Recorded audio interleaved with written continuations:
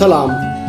पाकिस्तान में अवामी और निजी शोबों में बदعنوانی संगीन और पेचीदा मसला है जो मुल्क की तरक्की, मैशियत और समाजी ढांचे पर मनफी असरात डाल रहा है। बदعنوانی के मुख्तलिफ इक़साम और उसके ज़ाहिरी असरात अवामी और निजी इदारों में वाज़े तौर पर देखे जा सकते हैं। अवामी शोबे में बदعنوانی। अवामी शोबे में बदعنوانی सबसे ज़्यादा नुमायाँ और तबाहकुन है।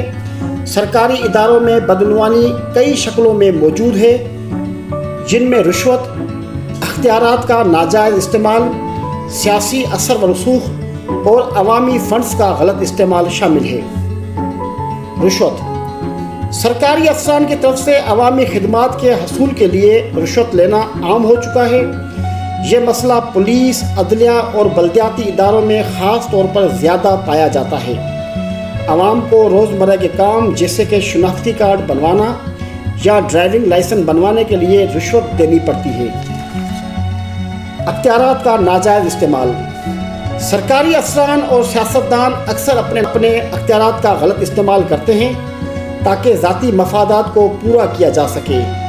ये ख़ास तौर पर तरक्याती मंसूबों में देखने में आता है, जहाँ ठिकों की तकसीम में अकरबापुरी और ज़ाती मफाद को तरजीह दी जाती है। अवामी फ़ंड्स का गलत इस्तेमाल। सरकारी तरक्याती मंसूबों के लिए फ़ंड्स का गलत इस्तेमाल एक बड़ा मसला है। बहुत से मंसूबे या तो वक्त पर मुकम्मल नहीं होते या उनमें गैर मयारी काम होता है, क्योंकि फ़ंड्स का बड़ा हिस्सा करप्शन के नज़र हो जाता है। सियासी बदعنوانی। पाकिस्तान में सियासी बदعنوانی का एक अहम पहलू ये है कि सियासतदान अक्सर अपने अहदे को ज़ाती फ़ायदे के लिए इस्तेमाल करते हैं। बड़े अहदों पर फायज़ अफराद अपने रिश्तेदारों और दोस्तों को सरकारी नौकरियां देते हैं और आवाम के पैसे से अपने ज़ाती असासे बनाते हैं। निजी शोबे में बदعنوانی। निजी शोबे में बदعنوانی अवामी शोबे की तरह आम नहीं है। बड़ी कंपनियों और इदारों में बदعنوانی की मुख्तलिफ इक़साम पाई जाती हैं जो मैशत को मुतासिर करती हैं। टैक्स चोरी। बहुत सी निजी कंपनियां टैक्स चोरी में मुलवस होती हैं। ये लोग अपने असासे और आमदनी छुपाते हैं ताकि टैक्स देना न पड़े, जिससे हुकूमत को बड़े पैमाने पर माली नुकसानात होता है और अवामी फलाह और बहबूद के मंसूबे मुतासिर होते हैं। कारोबारी बदعنوانی। बाज़ निजी कंपनियां मार्केट में नाजायज़ तरीके से अजारादारी कायम करते हैं और हरीफ कंपनियों को नीचा दिखाने के लिए गलत हथकंडे अपनाते हैं। इसके अलावा सरकारी इदारों के साथ मामलात करते वक्त रिश्वत देना और नाजायज़ फ़ायदे हासिल करना भी आम है। प्रोडक्ट्स की क्वालिटी में कमी। बहुत से निजी कंपनियां ज़्यादा मुनाफा कमाने के लिए अपनी प्रोडक्ट्स की क्वालिटी को कम कर देते हैं। ये अमल सार्फिन के लिए नुकसानदा साबित होता है, ख़ास तौर पर जब सेहत से मुतल्लिक मसनूआत जैसे कि अद्वियात या खुराक में बदعنوانی होती है। मज़दूरों का इस्तेसाल। निजी शोबे में बदعنوانی की एक और अहम शक्ल मज़दूरों के हकूक़ की खिलाफ वर्जी है। बहुत से कारोबारी इदारे मज़दूरों को नामुनासिब उजरत देते हैं या उनके साथ गैर कानूनी गैर अखलाकी शराइत पर काम कराते हैं, जो कि कानून की खिलाफ वर्जी है।